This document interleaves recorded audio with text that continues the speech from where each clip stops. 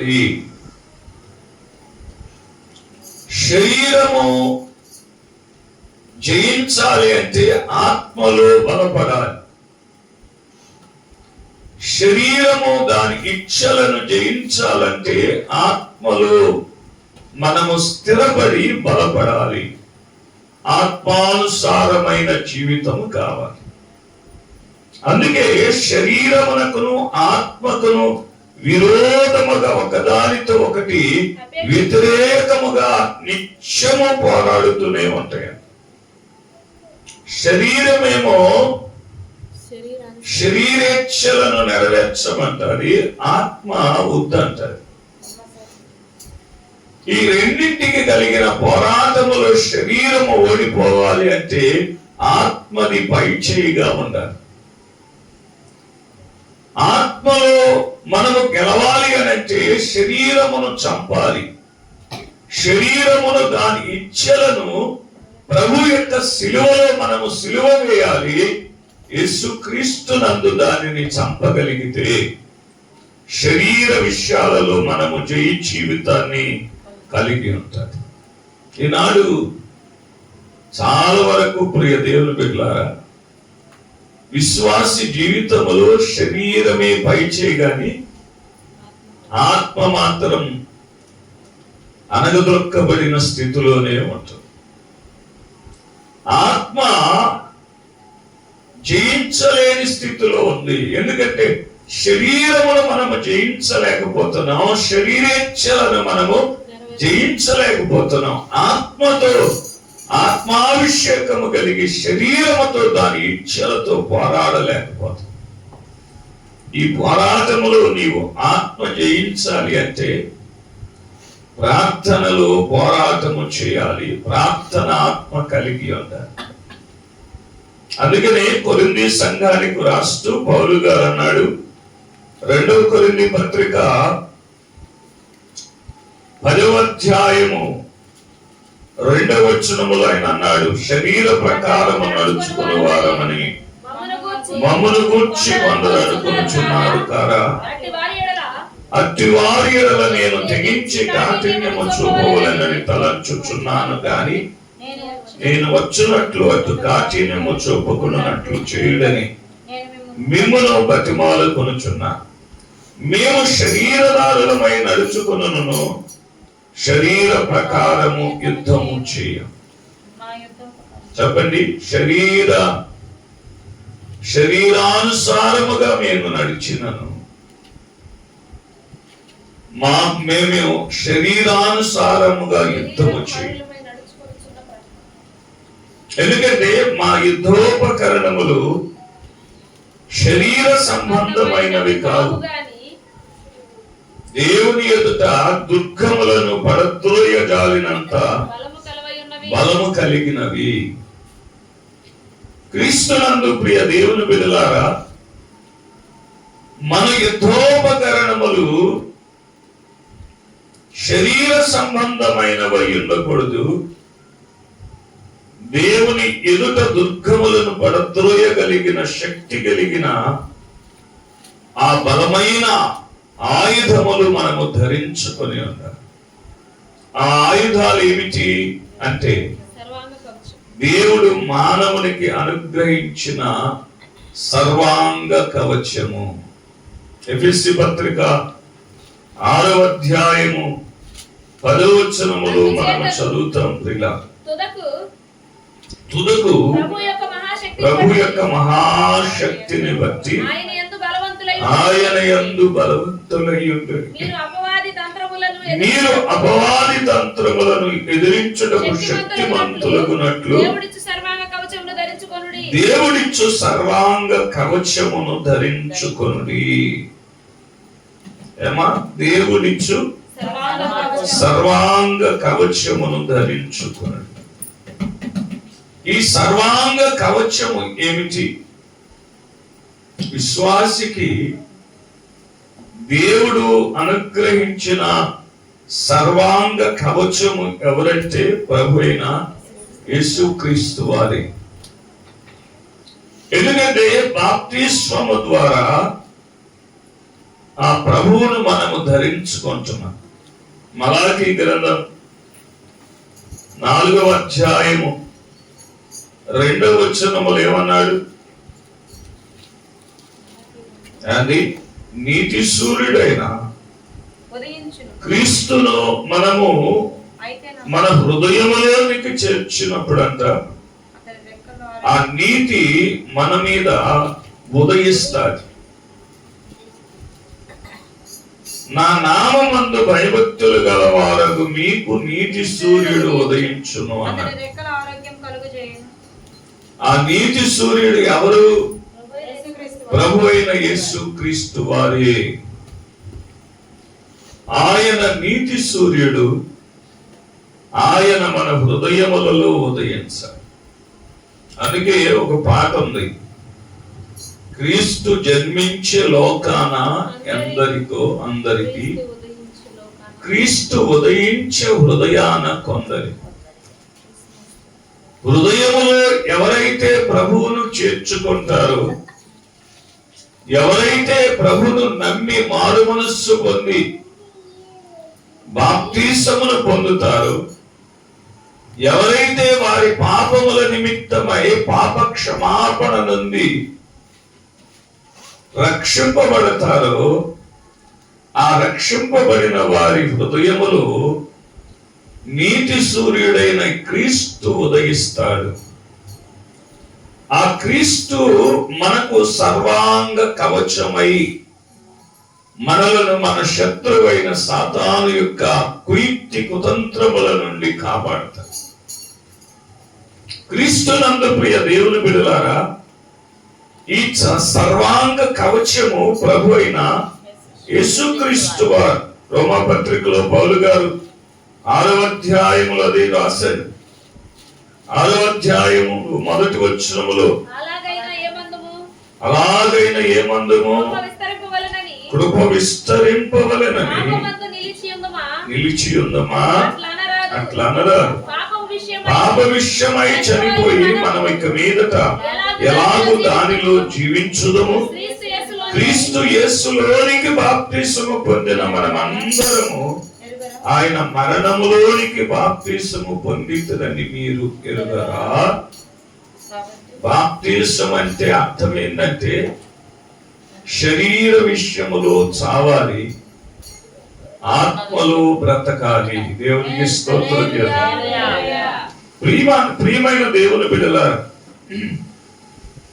బాప్తిసం అంటే శరీరమును చంపటం, ఆత్మలో బ్రతకటం. శరీరము దాని ఇచ్ఛలను సిలువ వేసేయటం, ఆత్మలో మనము జీవించి ప్రభువులో ముందుకు సాగుతాం. కనుక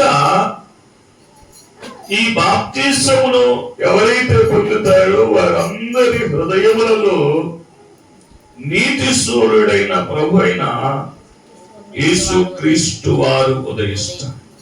ప్రకటన గ్రంథం 12:1 కూడా చెప్పాడు, అప్పుడు పరలోకమందు ఒక గొప్ప సూచన కనబడింది. సూర్యుని ధరించుకుని ఒక స్త్రీ, ఆమె పాదముల క్రింద చంద్రుడును, శిరస్సు మీద 12 నక్షత్రముల కిరీటము ఉండెను. ఆమె గర్భిణి అయి ప్రసవ వేదన పడుచు ఆ నొప్పులకు కేకలు వేయుచుండెను. సూర్యుని ధరించిన స్త్రీ, స్త్రీ అనగా సంఘము. సంఘము ఎవరిని ధరించింది? నీతి సూర్యుడైన క్రీస్తును ధరించింది. కనుక మన యుద్ధోపకరణములు శరీర సంబంధమైనవి కాక ఆత్మ సంబంధమైనవి ఉండాలి అనంటే, ఆత్మ ద్వారా మనము శరీరమును జయించాలి అంటే సర్వాంగ కవచమును మనము ధరించుకోవాలి. ఏమా? సర్వాంగ కవచమును ధరించుకుని క్రీస్తును ధరించుకున్నప్పుడు శరీరమును మనము చంపగలం, శరీరమును దాని ఇచ్ఛలను సిలువ వేయగలం. ఈరోజు 8% వరకు శరీరము చావకుండానే బాప్తిసం పొందుతుంది. శరీరమును చంపకుండానే ఎరిగి ప్రాచీన స్థితిని పాతి పెట్టకుండా, ప్రాచీన స్వభావము మారకుండా, ప్రాచీన స్వభావమును మనము చంపకుండా బాప్తిసమును తీసుకొని మన జీవితాల ద్వారా దేవునికి అవమానమును కలుగు చేసే వారిగా ఉంటూ, కనుక ప్రియ దేవుని బిడ్డలారా, జయ జీవితము కావాలి అంటే క్రీస్తు హృదయములో ఉండాలి. ఆ క్రీస్తు దేవుని వాక్యమై ఉన్నాడు. ఆ వాక్యము హృదయము నిండా సమృద్ధిగా నింపుకున్నప్పుడు శరీరము చచ్చి ఆత్మలో జీవిస్తాము. ఈ నీతి సూర్యుడైన క్రీస్తును ధరించుకున్న మనము రెండవది సత్యం అనే దట్టిని కట్టుకోవాలండి. మీ నడుమునకు సత్యం అనే దట్టిని కట్టుకోవాలి. ఆ సత్యం అనే దట్టి ఎవరు? ప్రభువైన యేసుక్రీస్తు వారి. ఎందుకంటే యోహాను సువార్త 14వ అధ్యాయం 6వ వచనములో ప్రభువైన యేసుక్రీస్తు వారే చెప్పారు, యేసు నేనే మార్గమును సత్యమును జీవమును, నా ద్వారానే తప్ప ఎవ్వడును తండ్రి యొద్దకు రాడు. సత్యమనే దట్టి దేనికి కట్టుకోవాలి? నడుముకు కట్టుకోవాలి. బైబిల్ భాషలో మనము చూస్తే నడుము అనేది మనస్సును చూపిస్తూ అని, మానవుని మనస్సును నడుము అనేది చూపిస్తూ అని. అంటే మానవుని మనస్సునకు వాక్యము సత్యమనే దట్టిని కట్టుకుంటే ఆ మనస్సు వంగిపోకుండా, దేనికి లొంగిపోకుండా ఉంటుంది.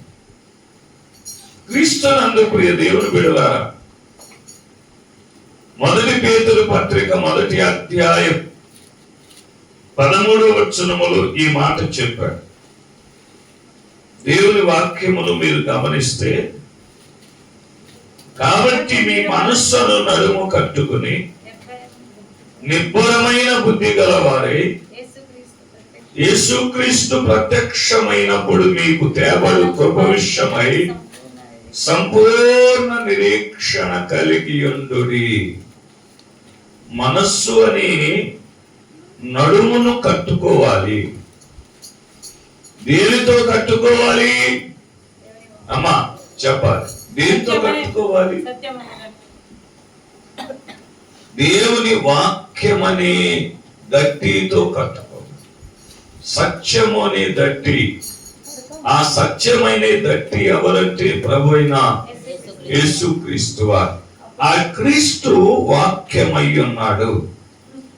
క్రీస్తునందు ప్రియ దేవుని బిడ్డలారా, ఈ సత్యమనే దట్టి ఎప్పుడైతే మన మనస్సు అనే నడుమునకు కడతామో మన మనస్సు క్రీస్తులో స్థిరపడతాది. దేవునికి స్తోత్రం చేస్తాం. మానవుని మనస్సు అస్థిరమైనది. మనస్సుకు ఏముండదు? స్థిరత్వం ఉండదు. ఎటు పడితే చెప్పండి. అందుకే ప్రభువైన యేసుక్రీస్తు వారు ఏమన్నాడు? లూకాసు సువార్త 12:35లో మీ నడుములు కట్టుకొని ఉండుడి, మీ దీపములు వెలుగుచుండనీయుడి అని. ఎందుకని? ప్రభు త్వరగా వస్తున్నాడు గనక సిద్ధపడి ఉండటం అనేది దేవుడు గుర్తు చేస్తాడు.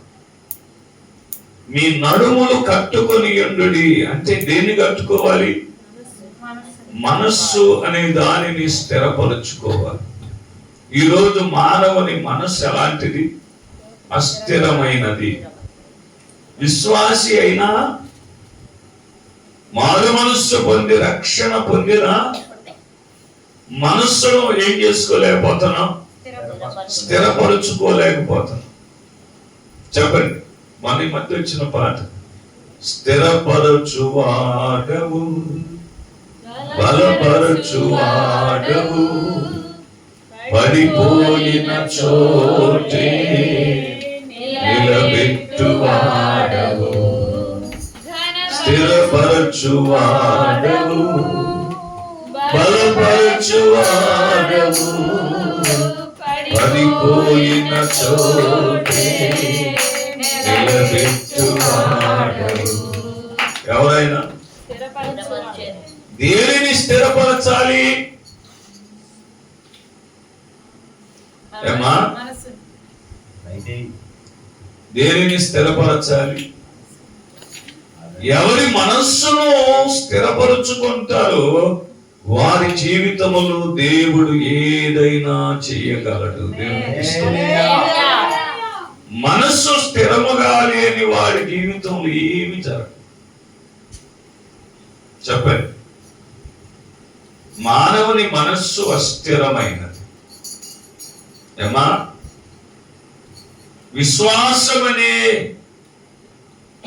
ఆ భక్తి జీవితంలో ఈ చెరుగు నుంచి చెరుక్కి గారిపోతున్న భక్తి చిన్న శోధన రాగానే కథామంట ఎడుదలుగుతాం.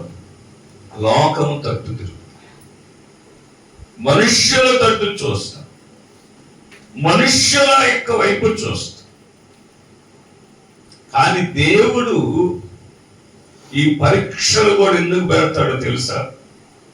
మన విశ్వాసమును తెలుసుకోవడానికి అనుమతిస్తాం. ఎంత ధైర్యం కలిగి ఉంటావు, ఎంత భక్తిగా ఉన్నావు, అసలు దేవుడంటే నీకు ఎంత నమ్మకం ఉన్నది, నీ ఆత్మీయ జీవితము దేవునిలో ఎంత స్థిరముగా ఉన్నదో తెలుసుకోవడానికి దేవుడు ఏం చేస్తాడు? పరీక్షలు అనుమతిస్తాడు. మా పరీక్షలు ఏం చేస్తాడు? అనుమతిస్తాడు. పరీక్షించినప్పుడు మన విశ్వాసము వెల్లడి పరచబడతాది. చెప్పండి, మన విశ్వాసం ఏమవుతుంది? వెల్లడి పరచబడతాది. చిన్న చిన్నవే, పెద్ద అవసరం. ఈ చచ్చే స్థితి వస్తే ఇక భక్తి ఎటుపోద్దో అర్థం కాదు. చిన్న చిన్న విషయాలు, చిన్న చిన్న శోధనలు, చిన్న చిన్న సమస్యలు, చిన్న చిన్న అనారోగ్య పరిస్థితులు, ఇవన్నీ కలిగినప్పుడు మనస్సును ఏం చేసుకోలేకపోతాం? స్థిరపరచుకోలేము.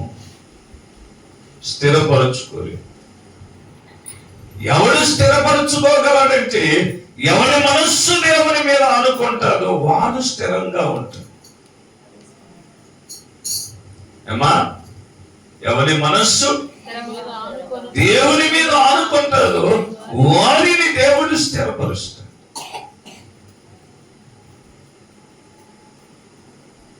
ఒక అమ్మాయి ఇల్లు కట్టుకుంటుంది. ఇల్లు కట్టుతూ ఉండగా వాళ్ళ ఆయనకి బండి స్లిప్ అయి పడి కాలుకి చిన్న గాయమై విశ్వాసే వచ్చింది. విశ్వాస వచ్చి చెప్తుందంట, నీకు ముందే చెప్పాను నేను, అర్థం చేసుకోవాలి. మన పూర్వం నుండి వచ్చే సాంప్రదాయాలను కూడా ఏం చేయాలి? పాటించాలి. చూసావు ఇప్పుడు ఏదంట? ఇప్పుడు చూసావు ఏమైందా? నువ్వు ఏం చేసినా చేయకపోయినా స్లిప్ అయితే ఎవడైనా పడతాడు. నువ్వు ఆ రోజు కొబ్బరికాయ కొట్టలేదు, నువ్వు పసుపు రాయలేదు, లేకపోతే నవధాన్యాలు లేదు, నువ్వు అయి చేయలేదు, ఈ చేయలేదు కనుక వచ్చిందని అంటుందంట. ఎవరు? ఈ విశ్వాసనాల పిశాసనాల? చెప్ప, మనస్సు స్థిరము లేని వ్యక్తులు అన్నమాట. వీళ్ళు పైకి భక్తిగా నటిస్తారంతే, దేవుని వాక్యమును ఎరిగిన వారు కాదు, కదిలిపోతా ఉంటారు. నేను నిన్న ఒక సహోదరి గురించి చెప్పాను. వాళ్ళ భర్తకి స్ట్రోక్ వచ్చింది. డాక్టర్ దగ్గరికి తీసుకెళ్తే డాక్టర్లు ఏమన్నారంటే, వయసును బట్టి గుండె బలహీనమైంది కాబట్టి యాంజియో చేయటానికి లేదు, స్టెంట్ చేయటానికి లేదు, ఆపరేషన్ చేయటానికి లేదు, ఏమి చేయటానికి లేదని ముందులో చెప్పారంట. ఏడుస్తా నాకు ఫోన్ చేసి నేను చెప్పాను, అక్క హాస్పిటల్ దాకా దేవుడు నడిపించాడంటే దేవునికి ఏదో ప్రణాళిక ఆలోచన ఉంది. డాక్టర్ లేదు అన్న చోటే దేవుడు ఏదో ఒక మార్గమును తెరిచే ఉంచుతాడు. కనుక అధైర్యపడ మాకు, ధైర్యం ఉండు, ప్రార్థించాను. ఆ 2 రోజుల తర్వాత మళ్ళీ అదే డాక్టర్ ఏమన్నాడంటే, యాంజియో చేద్దాం. ఏం చేశాడు? మళ్ళీ యాంజియో చేశాడు. యాంజియో చేసిన తర్వాత రిపోర్ట్ ఏంటంటే 3 వాల్స్ లో 2 ఏమో క్లాట్ అయినాయి, 1 సన్నబడింది. ఆ ఒక్కదానికి స్టంట్ వేద్దాం అన్నాడు. దేవునికి స్తోత్రం. ముందేం చెప్పారు? కదిలిపోతే చెప్పండి, ఆ సహోదరి కదిలిపోతే సైతానుకు అవకాశం ఇచ్చేది. కదలక సేవకుడు మాట నమ్మి ధైర్యం కలిగి ప్రార్థనలో పోరాటం చేసింది కనుక దేవుడు తన జీవితంలో ఒక మార్గమును ఏర్పాటు చేశాడు. దేవునికి స్తోత్రం. అందుకనే దేవుడు ఏమంటున్నాడు, మీ నడుమును కట్టుకొని ఉండుడి అని. దేనితో కట్టుకోవాలి? వాక్యం అనే గట్టితో. ఎందుకు మనస్సు అనే నడుము కట్టుకోవాలంటే ప్రభువు త్వరగా రాబోతున్నాడు. లోకములో అలజడి లేకొద్ది సమస్యలు వస్తాయి, కుటుంబములలో శోధనలు వస్తాయి, నీ జీవితంలో అనేక ఆదుబాటులు ఎదురవుతాయి. ఏది ఎదురైనా సరే మనస్సును స్థిరపరచుకో. బైబిల్లో రాశాడు, మనస్సును పట్టుకోగలిగిన వాడు చాలా గొప్పోడంట. మనస్సును పట్టుకోగలిగిన వాడు ఎంత గొప్పోడంటే సముద్రమును పట్టుకునే వాడి కంటే గొప్పోడంట. దేవునికి స్తోత్రం. ఆ లిస్టులో నువ్వు ఉండాలంటే మీ నడుము అనే మనస్సును ఏం చేయాలి? స్థిరపరచుకోవాలి. ఏంటి నా మాట వినలేదంట, అగ్నిగుండాన్ని 7 అంతలు చేసి లోపలేస్తానంటే 3 యవనస్తులు గడగడలాడి వంగి దండం పెట్టారా? చెప్పండి, పెట్టారా? నీ చేతైంది చేసుకో. మా దేవుడు మమ్మను రక్షించుటకు సమర్థుడు, అసమర్థుడు. ఈరోజు విశ్వాసికి తెగింపు లేదు. ఎందుకంటే మనస్సులో ఏదో ఒక మూలన ఏముంది? సైతాను గూడు కట్టుకోను. చెప్పండి, డాక్టర్ నో అన్నాడు, దేవుడు ఎస్ అని చెప్పాడు. ప్రపంచానికి అసాధ్యము, దేవుడు అది సాధ్యము చేసి ఉంచాడు. దేవునికి స్తోత్రం. నిన్న నేను హాస్పిటల్ దగ్గరికి వెళ్ళా. ల్యాబ్ టెక్నీషియన్ గా పనిచేస్తాడు అబ్బాయి. అన్యులు ప్రభువుని నమ్ముకున్నారు. తన జీవితంలో దేవుడు చేసిన ఒక అద్భుతం చెప్పాడు. ఏంటో తెలుసా? 2 సబ్జెక్టులు ఫెయిల్ అయిపోయాడు. చర్చికి వెళ్ళి దేవుని సన్నిధిలో ప్రార్థన చేసుకున్నాడు. బాగా దేవా ఎట్లయినా నువ్వు సహాయం చేయాలి, నేను మరలా అది రాయి. సరే అయిపోయినాక ఒక సబ్జెక్ట్ లో 1 మార్క్ కలిసింది, పాస్ అయ్యాడంట. ఇంకో సబ్జెక్ట్ కి 4 మార్కులు కలవాలంట. అది అసాధ్యం అన్నారంట. ఈ అబ్బాయి గట్టిగా ప్రార్థన చేసుకున్నాడు. దేవుడు 1 వారం తర్వాత ఫోన్ వచ్చిందంట, అన్ని సబ్జెక్టులో నువ్వు పాస్ అయ్యేవాడిని. చప్పట్లో అప్పుడు ఆ అబ్బాయి అనుకున్నాడంట, దేవుడు అసాధ్యమైన వాటిని సాధ్యపరచగలిగిన వాడు. దేవునికి స్తోత్రం. క్రీస్తునందు ప్రియ దేవుని బిడ్డలారా, మనస్సు అనే నడుమును కట్టుకోగలిగింది. ఈరోజు మనిషి అతోడు ఇతోడు చెప్పే మాటలు విని మనసుకున్న సరళతను ఏం చేస్తున్నారు? చెడగొట్టుకుంటున్నారు. చెప్పండి, ఏమి లేక చెడగొట్టుకుంటున్నాడు? నాకు చెప్పమని ఎవడన్నా వచ్చి నేను వెళ్ళిపోతాను. చెప్పండి, నాకు చెప్పమానండి. 100 మాటలు చెప్పమని. నాకున్న లోపాలను బట్టి నాకు 100 మాటలు చెప్పండి, నేనేమన్నా లొంగుతానేమో. ఎందుకు లోపల, ఎందుకు భయపడినంటే నాకు వాక్యం సంపూర్ణంగా నా హృదయంలో నింపుకున్నాను కానీ ఎవడు నన్ను కదిలించలేదు, ఏ మాట నన్ను భయపెట్టలేదు.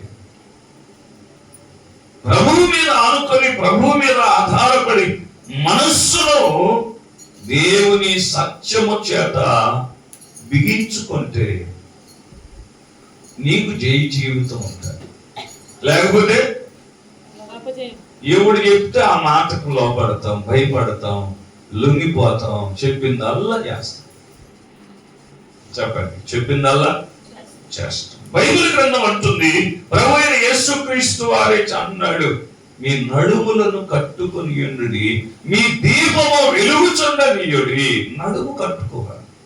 యోహాను సువార్త 8వ అధ్యాయం 31లో ప్రభువాక్యం అంటుంది, అప్పుడు సత్యము మిమ్మలను స్వతంత్రులుగా చేయను అన్నాడు. దేవునికి స్తోత్రం చేయాలి. సత్యమనే దట్టి కట్టుకున్నప్పుడంట, సత్యమనే దట్టి మిమ్మలను స్వతంత్రులుగా చేస్తాడు. ఈరోజు మతంలో ఉన్న ప్రతి వాడు మతానికి దాసుడు, బానిస. మనం ఏమంటాం? తాగేవాడు తాగుబోతాడు, తాగుడికి బానిస అయ్యాడు అంటాం. కానీ మనం వాళ్ళకంటే ఇంకా బానిసలు. చెప్పండి అమ్మా, ఎవడో టీ ఇస్తే టీకి దాసులు, ఎవడైనా చీరక్తే చీరకు దాసు, ఎవడైనా బండ్లు ఇస్తే బండ్లకు దాసు. వాళ్ళకంటే మనం ఇంకా ఎవరవి? చెప్పండి, స్వాతంత్రం లేదు మనకి. ఆడు దాసుడు అన్నాం, వాడికంటే మనం ఎవరు? బైబిల్ గ్రంథం దేవుని వాక్యం సెలవిస్తుంది. సాధారణ రకరకాలైన ఆకర్షణలతో విశ్వాసం ఏం చేస్తున్నాడు? మతంలోకి లాగుతున్నాడు. ఎవడు లాగుతాడు? ఎవడి నడుమైతే కట్టబడదో వాడిని లాగుతాడు. అందుకనే ప్రభు అయిన యేసుక్రీస్తు వారి లోకములో జీవించిన కాలంలో లూకాసు సువార్త 13వ అధ్యాయములో నడుము వంగిపోయి 18 సంవత్సరముల నుండి బాధపడుతున్న, బలహీనపరచబడి దయ్యం పట్టిన ఒక ఆమెను బాగు చేసి, ఆమెకు దయ్యం బట్టి ఏం చేసిందంట? నడుము అనే మనస్సును వంచేసింది. చాలా మంది ఈరోజు మత సంబంధమైన భక్తులందరూ కూడా వారి మనస్సులు ఎట్టుండవు, స్థిరంగా ఉండవు. ఎటు పెడితే అదే, ఏది పెడితే అదే, ఎవడు చెప్తే అదే. చెప్పండి, ఒక ఇంటికి ప్రార్థన చేయటానికి వెళ్ళారు. ఆ 4 ఉన్నారు. ఆ 4 కాళ్ళకి నల్లతాళ్ళు కట్టుకున్నారు. ఏందిరా అంటే, ఈ దిష్టి తాళ్ళు కాదు, అంతరాలు. దిష్టి తాళ్ళు అయ్యాడి మళ్ళీ సైతం. ఈ దిష్టి ఆడ నుంచి వచ్చిందో వీళ్ళంతా సుక్కల ఏమా అడిగితే నల్లగా కళ్ళకు వస్తాడు, అడుగుతాడు కడతాడు. చెప్పండి, దేవుని పిల్లలు విశ్వాసులు సైతాను శాస్త్రం చేయకూడదు. పిల్లలకు కూడా చాలా మంది ఎడవ బొట్టు అడుగుతాడు ఈ కడతారు. ఎవరు? మళ్ళీ విశ్వాసులు చేయకూడదు, తప్పదు. బైబిల్ చెప్తుంది ఏం కాదు. వీళ్ళు ఎవరంటే సైతాను సంబంధులు. సత్యము స్వతంత్రించుకోలేని వారు, సత్యము తెలియని వారు. ఈమె కూడా అదే. ఈమె మనస్సు అనే నడుముని సాతాను ఉంచేసింది. 18 సంవత్సరాల నుంచి భక్తి చేస్తున్న ప్రభువులో స్థిరపడలేకపోయింది, నిలబడలేకపోయింది. అది అసలు విషయం.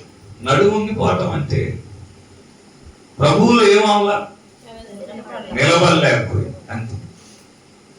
చెప్పండి, ఈరోజు చాలా మంది అదే కదా, ప్రభువులు ఎలా ఉండరు, నిలబడరా. ఏదైనా సమస్య వచ్చినప్పుడు, ఏదైనా కష్టం వచ్చినప్పుడు, ఏదైనా బాధ వచ్చినప్పుడు, ఏ విధమైన వ్యతిరేక్తులు ఎదురైనప్పుడు మనసును ఏం చేసుకోలేము, స్థిరంగా ఉండలేదు. ఏందిరా నా ఇష్టం, నా ఇష్టం వచ్చినట్లు నేను భక్తి చేసుకుంటా అని అంతమా? అదే నడుము వంగిపోవటం అంటే. మనస్సు దేవుని వాక్యము చేత స్థిరపరచుకోకుండా, కట్టుకోవడం అంటే ఏంటంటే స్థిరపరచుకోవటం. ఏది ఏమైనా సరే నా దేవుడు నన్ను రక్షించుటకు సమర్థుడని నిలబడగలిగింది జై జీవితం. దేవునికి స్తోత్రం. అది లేనివాడు ఓడిపోయినాడు.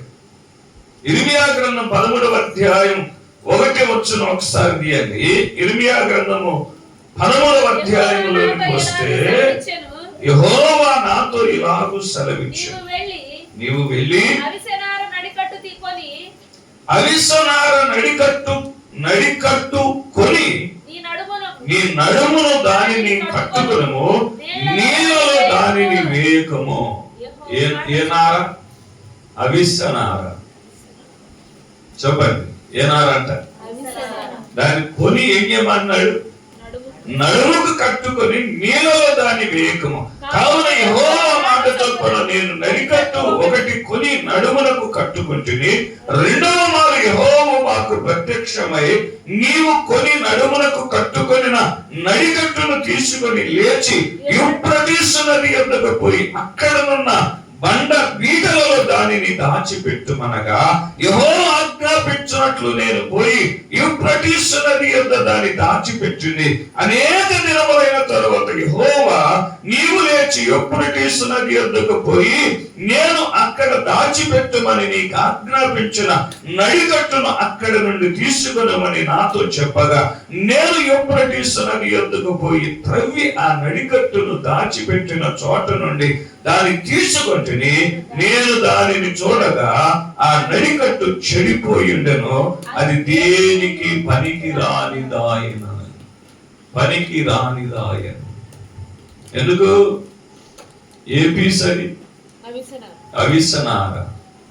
అది బండ సందుల్లో కింద పెడితే ఉండిద్దా? చీకిపోతుంది. ఈరోజు విశ్వాసి కూడా వాక్యం అనే ఆ యొక్క దట్టితో కాదు కట్టుకుంటుంది, అవిసనార వంటి లోక సంబంధమైన మాటలతో కట్టుకుంటుంది. అది చెడిపోద్ది.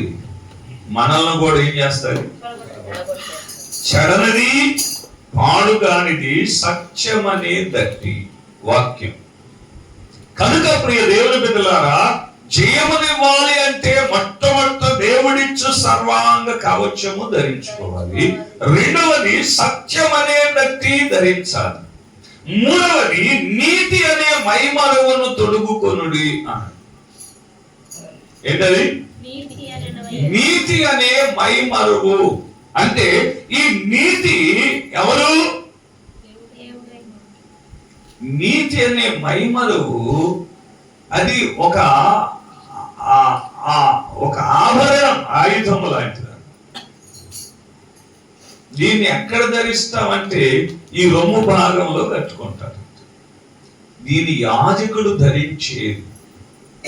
నిర్గమకాండములో దేవుడు 28వ అధ్యాయం 15వ వచనములో ఇశ్రాయేలీయులను గూర్చి దేవుడు మాట్లాడుతూ వచ్చినాడు. ప్రియమైన దేవుని బిడ్డలారా, అది రొమ్ముకు అంటే రొమ్ము భాగానికి కట్టుకుని ఒక పథకం అన్నమాట, ఒక ఆభరణం ఆయుధము లాంటిది. దీనిని మనము ధరించుకోవాలి. నీతి అనే మైమరువు. నీతి అంటే ప్రభు అయిన యేసుక్రీస్తు వారే మనకు ఆ నీతిమంతుడు ఆయనను మనము ధరించుకోవాలి. విశ్వాసిలో ఏముండాలి? నీతి ఉండాలి. అమ్మా ఏముండాలి? విశ్వాసికి నీతి ఉండాలి. నీతి అనేది లేకపోతే మనకు ఆశీర్వాదము రాదు. చెప్పండి. నేను ఒక కథ విన్నాను, మా వాడు చెప్పాడు. ఏంటంటే ఒకడు కొట్టుకెళ్ళాడంట. ఈరోజు మనకెంత నీతి ఉందో అని చెప్తాను. ఒక వస్తువును కొనుక్కున్నాడంట.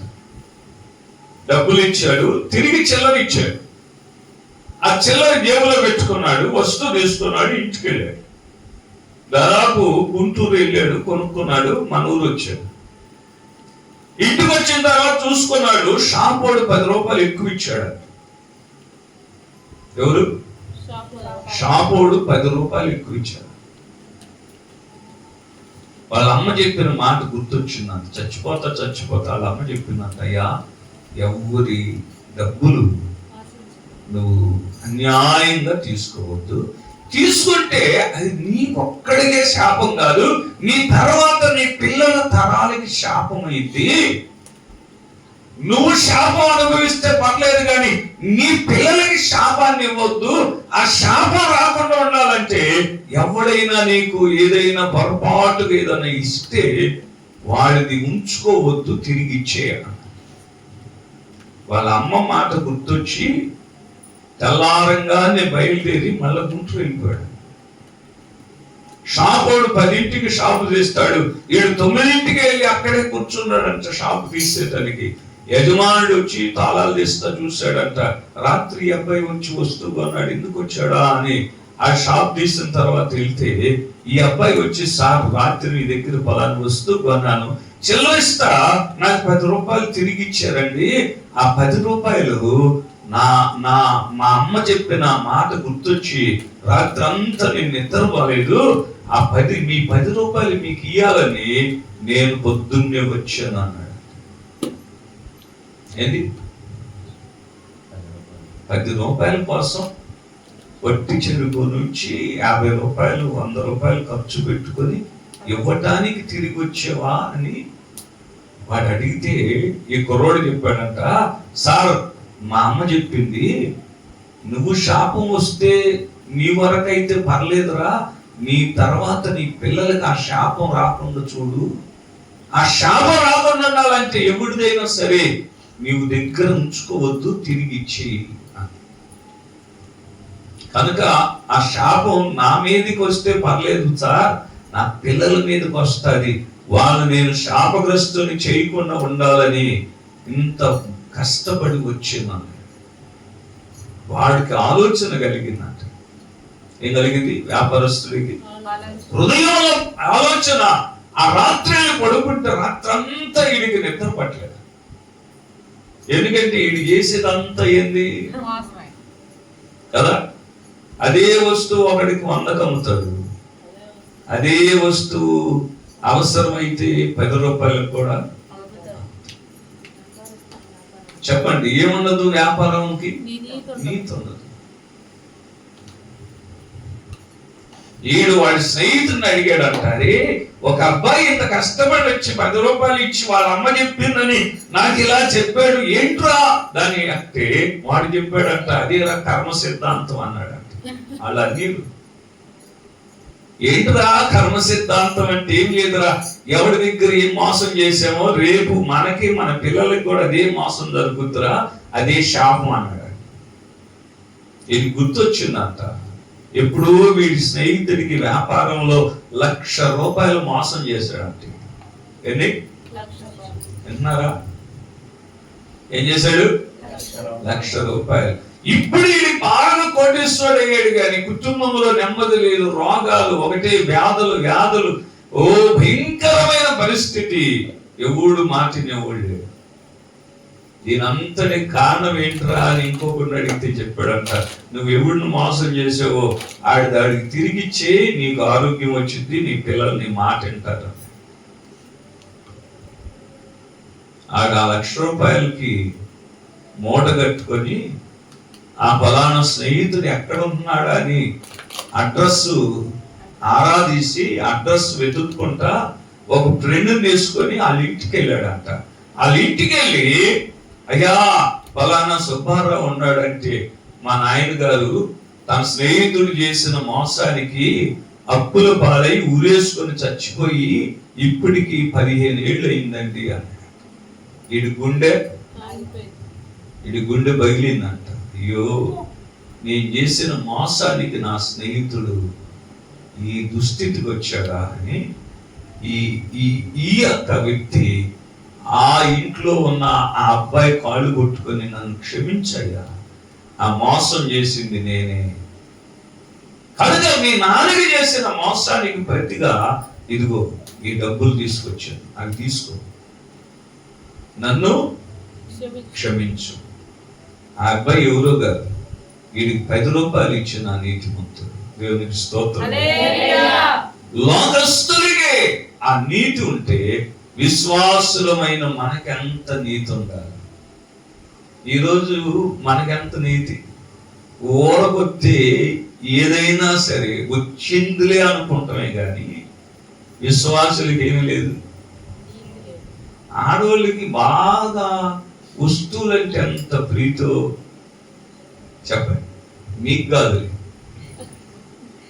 మనూరోళ్ళు చాలా మంచి, ఏది కనపడ్డా అస్సలు చెప్పండి. మనది కానిది మన ఇంట్లో ఉంటే అది పాముతో సమానం అనే సంగతి అర్థం కాదు. మనం వింటా ఉంటాం ఏమని, రాజకీయ నాయకులకి నీతి ఉండదని, వాళ్ళకంటే మనకు అస్సలు లేదని చెప్పండి. 2026లో మీకు శాపం వస్తే పర్లేదు కానీ మీ పిల్లలకి శాపం రాకుండా చూడండి. అట్లాంటి ఏమన్నా ఉంటే బయటేసి ఎవడు దాడికి ఇచ్చి ఏం చేద్దాం, సిగ్గుపడకుండా. ఎందుకంటే మీరు దీవించబడతారు, మీ పిల్లలు దీవించబడతారు. మీలో కలిగిన ఈ మార్పును చూసిన మీ దేవుడు కూడా ఏం చేస్తాడు, మిమ్మును బట్టి సంతోషిస్తాడు. దేవునికి స్తోత్రం చెప్పండి గట్టిగా.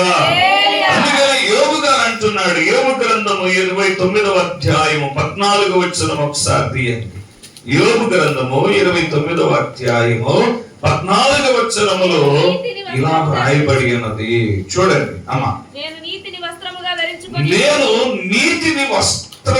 ధరించుకొని ఉంటిని గనుక అది నన్ను ధరించెను, నా న్యాయ ప్రవర్తన నాకు వస్త్రమును పాగాయు ఆయను. ఏం ధరించాడంటే యోబు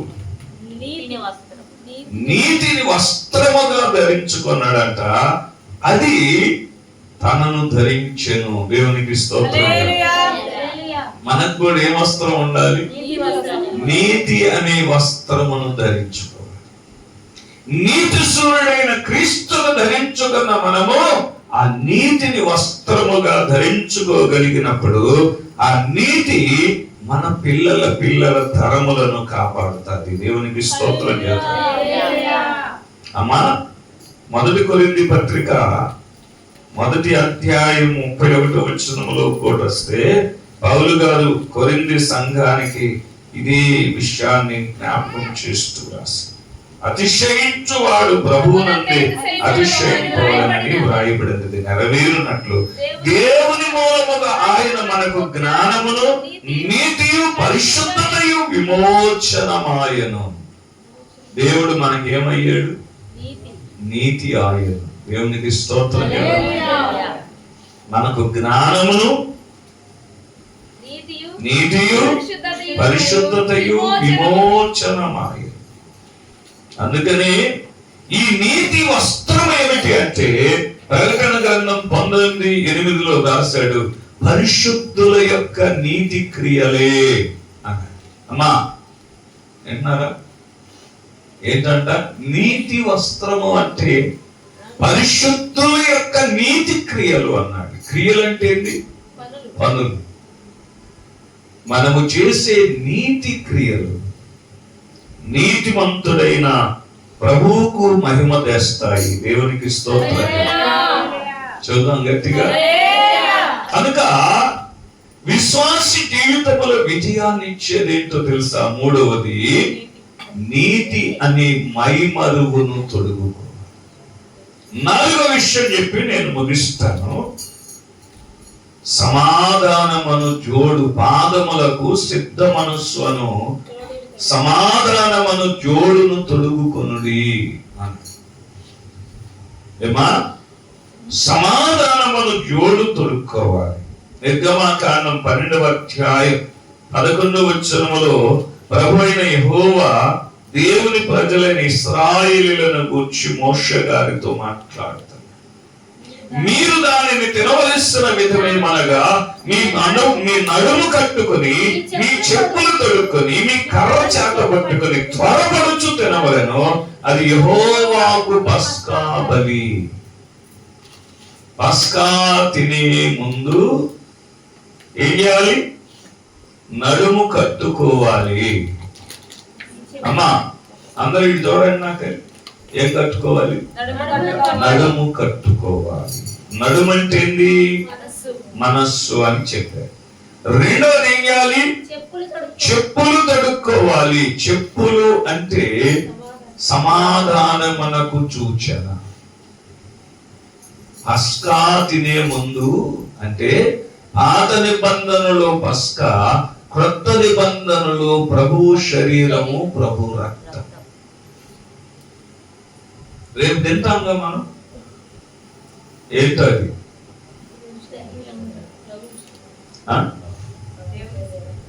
ఏమి తింటాము? ప్రభు శరీరము తింటాము, ప్రభు రక్తమును త్రాగుతాం. ప్రభు శరీరమును తిని ప్రభు రక్తమును త్రాగే ముందు ఒకటి నడుము కట్టుకోవాలి, రెండు చెప్పులు తొడుక్కోవాలి. అంటే తోటి వారితో సమాధాన పడాలి. చెప్పండి, విశ్వాసులు ఇది లేకుండా ఏం చేస్తున్నారు? వస్తున్నారు, కూర్చుంటున్నారు, తింటున్నారు, వెళ్ళిపోతున్నారు. ఏమి లేకుండా ఒకళ్ళతో ఒకళ్ళు చెప్పడం వరకే నా పని. ఆ చేయటం అనేది మీ పని. చెప్పకపోతే నాకు శిక్ష, చెయ్యకపోతే మీకు శిక్ష. అంతే కదా. అందుకే బైబిల్లో అన్నాడు, మీలో అనేకులు రోగులను బలహీనులు అవుతున్నారు. అయోగ్యత అన్నారు బైబిల్లో. ఏంటది? ప్రియమైన దేవుని బిడ్డలారా, ఆలోచించండి. ఏమన్నాడు? చెప్పులు తొడుగుకొని మీ కర్ర చేత పట్టుకొని. కర్ర దేవుని వాక్యమునకు సాదృశ్యం. మోషే కర్ర తీసుకొని వెళ్ళాడు ఐగుప్తుకి, కొడతానికి కాదు. ఆ కర్ర దేవుని వాక్యపు శక్తి అన్నమాట. నాలుగవది, త్వరపడుచూ తినాలంట. పస్కా తినేటప్పుడు మనలో దేవుని కొరకైన ఆశ, ఆసక్తితో చెప్పండి. ప్రియమైన దేవుని బిడ్డలారా, 2 కొరింథీ పత్రిక 8వ అధ్యాయం 11వ వచనములో 12వ వచనములో పౌలు గారు సంఘానికి రాస్తూ ఏమన్నాడు? మొదట ఒకడు సిద్ధమైన మనస్సు కలిగి ఉంటే శక్తికి మించింది కాదు, కానీ కలిమి కొలదియే ఇచ్చినది ప్రీతికరం. 8, 11 8, 11. సిద్ధమైన మనస్సు మీలో ఎలాగూ కలిగిన అలాగే మీ కలిమి కొలది సంపూర్తి అగునట్లు మీరు ఆ కార్యము ఇప్పుడు నెరవేర్చుడి. మొదట ఒకడు సిద్ధమైన మనస్సు కలిగి ఉంటే శక్తికి మించినది కాదు, గాని కలిమి కొలదే ఇచ్చినది ప్రీతికరమగును. ఏమా? దేవుని వాక్యమును మీరు గమనించండి. ఏ మనస్సు? సిద్ధ మనస్సు. చెప్పండి. అంటే సమాధానమును జోడు. చెప్పండి. అందుకనే దేవుని పిల్లలు ముందు ప్రభువుతో సమాధాన పడాలి. ఆ తర్వాత ఒకరితో ఒకడేం కలిగి ఉండాలి? సమాధానము కలిగి ఉండాలి.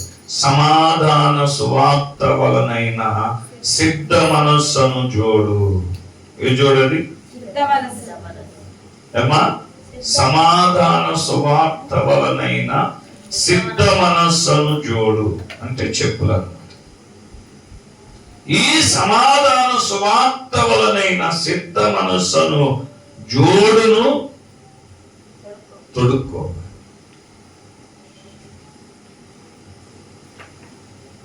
ఆ జోడు లేకపోతే చెప్పండి, దేవుని ఆశీర్వాదములు పొందు.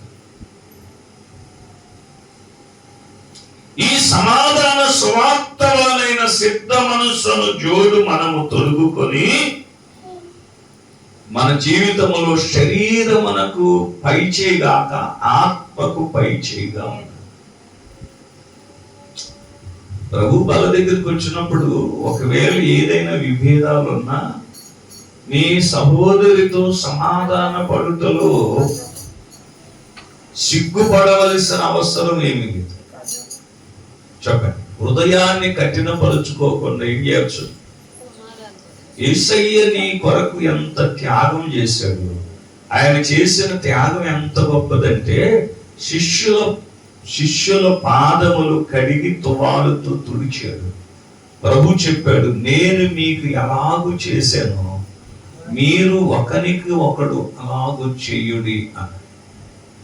ఇప్పుడు మీరు పాదాలు కడిగి తువాలుతో తొడమని చెప్పలేదు, కానీ కనీసం చేయి కొట్టుకొని అమ్మా నీకు వందనాలు తల్లి, నన్ను క్షమించు, నేను సమాధానము కలిగి నీతో ఉంటున్నానని చెప్పాలి.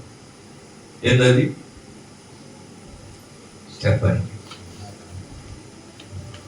మారినోడు చెప్తాడు ఈ మాట. మారినోడు చెప్పండి. హృదయాన్ని దేవునికి ఇవ్వనోడు చెప్పలేదు. హృదయములో నిజంగా చచ్చినోడు, శరీరంలో చచ్చినోడు ఆత్మలో బ్రతికేవాడు చేయగలిగిన పని.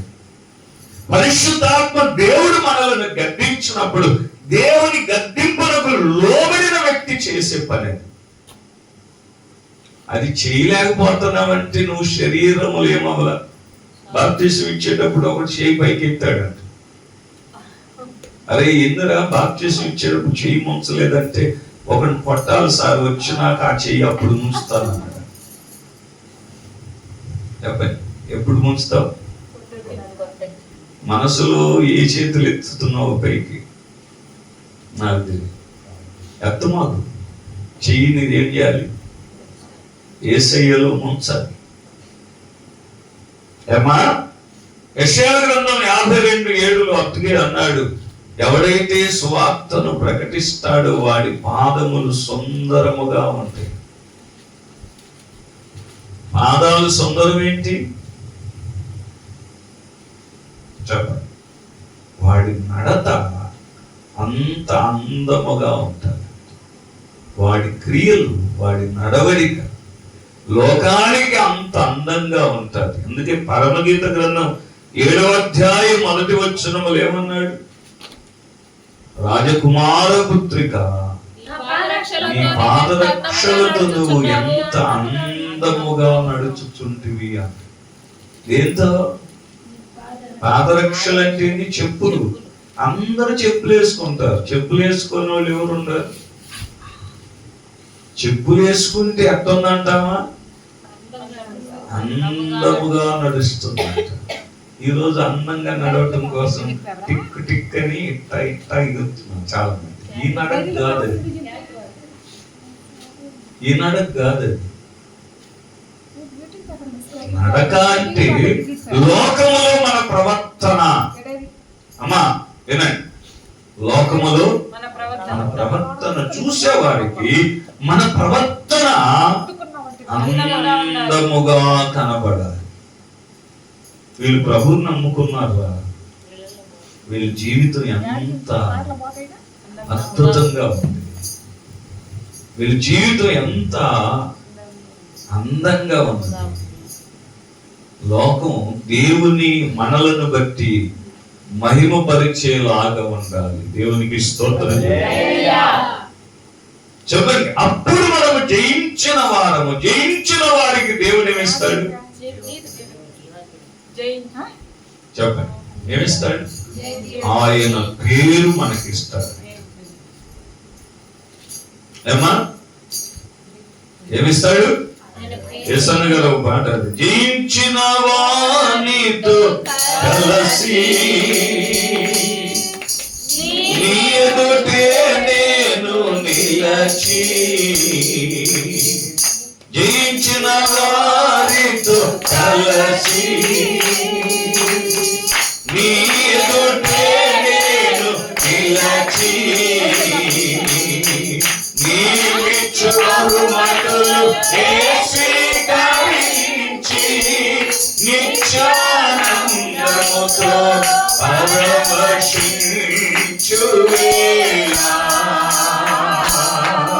నీ విచ్చువారు మాటలు స్వీకరించి నిత్యానందముతో పరవశించువేళ, ఏమవుదును ఏమవుదును ఏమవుదును నేనేమవుదును, ఎవరు సమీపించలేని తేజస్సులో నివసించు నా యేసయ్యా, ఎవరు సమీపించలేని తేజస్సులో నివసించు నా యేసయ్యా,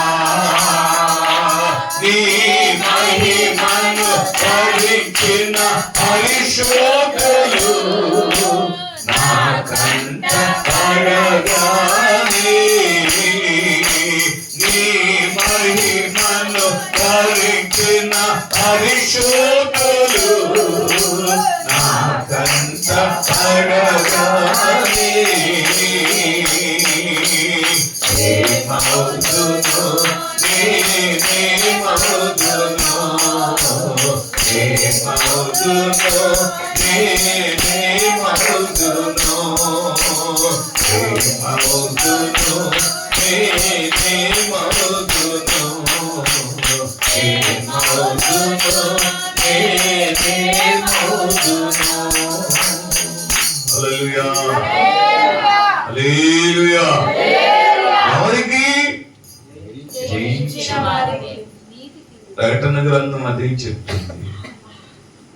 ఫిలదెల్ఫియా సంఘమున గూర్చి దేవుడు మాట్లాడుతున్నాడు, నేను త్వరగా నీ యొద్దకు వచ్చుచున్నాను, నీ కలిగిన దానిని ఎవ్వడు అపహరింపకున్నట్లు గట్టిగా పట్టుకో, ఎందుకంటే నీవు జయిస్తేనే నీకు జై జీవితం, కిరీటం, పేరు, క్రొత్త పేరు, దేవుని సింహాసనం, దేవుని మహిమ ఆయన ఎదుట నిలబెట్టడానికి